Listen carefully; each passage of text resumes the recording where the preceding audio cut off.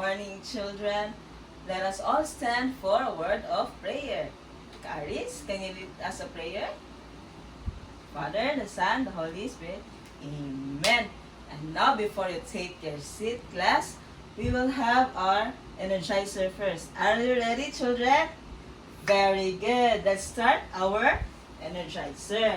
Just follow the video presentation. Okay. Everybody.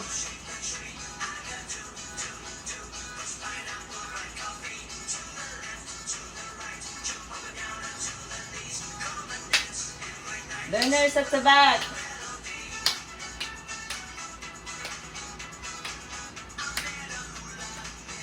Okay, very good. Okay, before you take your seat, I would like you to arrange your chairs and pick up some pieces of papers, and after that, you may now take your seat. Okay, how are you today, class? Did you eat your breakfast? Alright, very good. And now, is there any absentees for today? Okay, very good. I'm glad that there's no absent for today. Do you still remember our previous lesson, learners? Okay, very good. Yes, Aris. Okay, our previous topic is all about pronouns. Yes, Zane. What are the examples of pronouns? Yes, it is who, they, it, and them. Very good. It seems like you still remember our previous discussion. And now, before anything else, I would like you to remind about our classroom rules. Everyone, can you please read? Okay, very good. And now, before we start our discussion, I have a short activity for our lesson for today. Okay, are you ready? Okay, are we good? Very good, alright. For our activity, I have 4 questions and I need 4 learners to participate. All you have to do is match the picture with the correct sentence and using possessive pronouns. Here are the pictures. And now for the question number 1, I would like Aris to pick the correct picture. The first question is, a girl with a pink backpack. The sentence is, that is her backpack. So, what is the perfect picture? Okay? Okay? Aris, pick up this picture. Very good, Aris.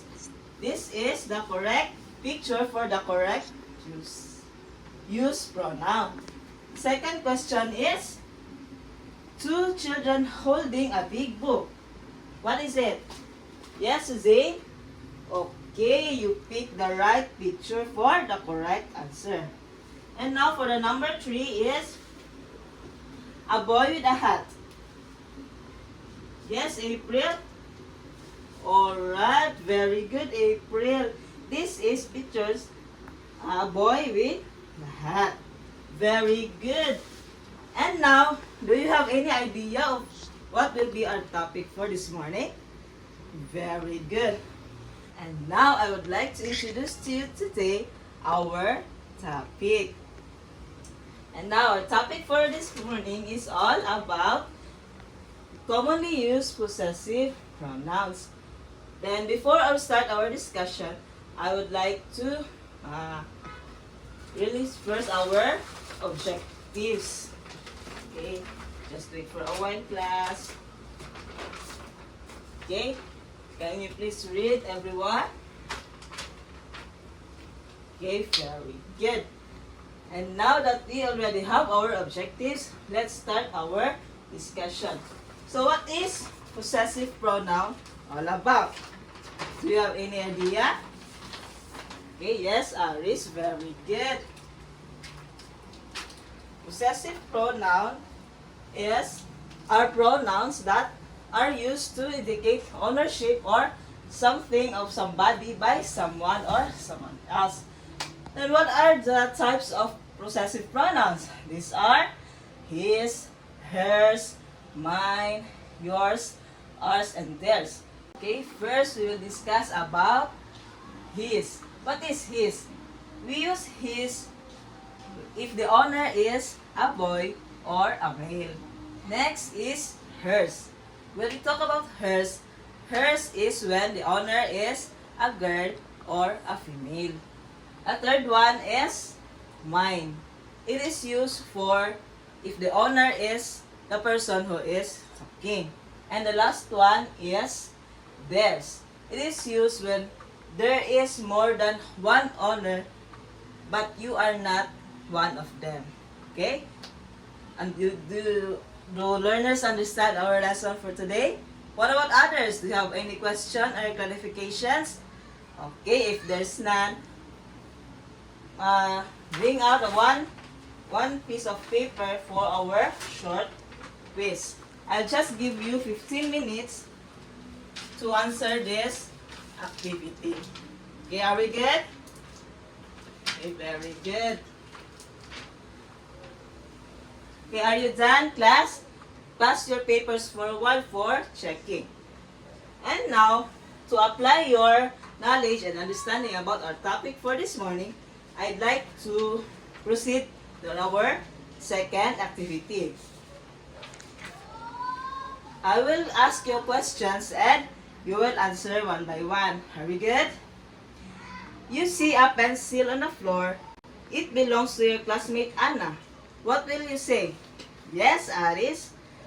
Very good. The answer is, this is her. Okay. Second is, you and your classmate made a poster.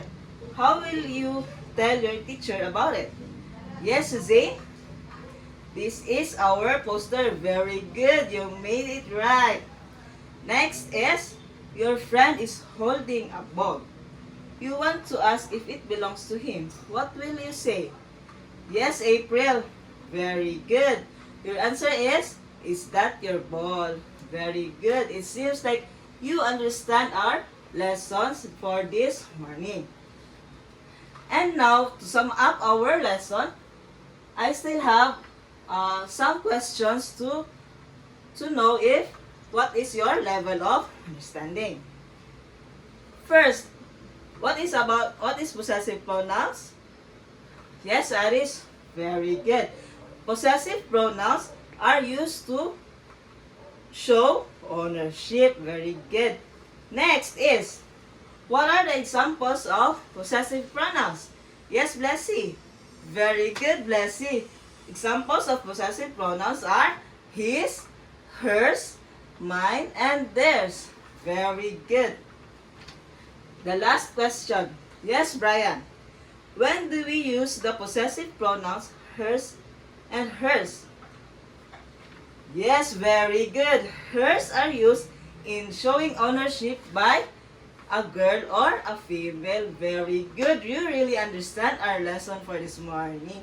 And now for your assignment, get your assignment notebook and copy your assignment. I'll give you 10 minutes to copy and answer this at home.